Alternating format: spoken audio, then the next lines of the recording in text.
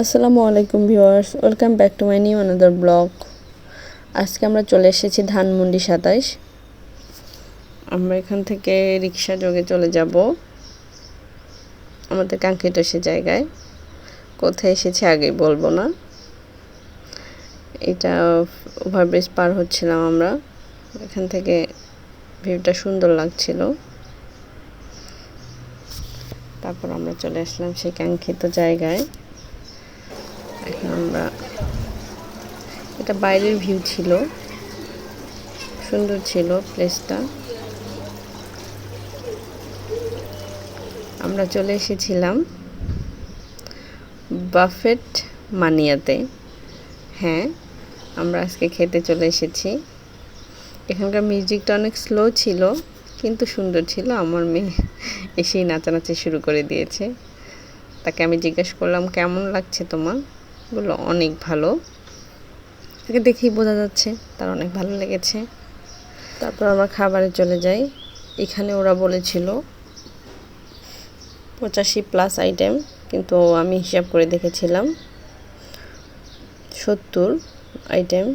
যাই হোক, এখানে অনেক রকম ভর্তা ছিল, সালাদ, এটা ছিল ফ্রায়েড রাইস, এটা কাচ্চি, এটা সাদা পোলাও, এটা ছিল চাইনিজ সবজি, এটাও একটা চাইনিজ সবজি। এগুলো চিকেন ছিল সবগুলোতেই। এটাতে চিংড়ি ছিল, চিংড়ি চাইনিজ। এটা ছিল সিজিলিং, এটা অনেক টেস্ট ছিল। এটা চিকেনের চাইনিজ সবজি ছিল, এটাও চিকেন। এটা বুটের ডাল ছিল, এগুলা চিকেন ফ্রাই ছিল, বান ছিল, রুটি ছিল, এগুলা নান রুটি। এপাশে ছিল পানীয়। যেহেতু খাবার দাবার দেওয়া শুরু হয়েছিল, ভিড় ছিল একটু। এটা ছিল পাস্তা,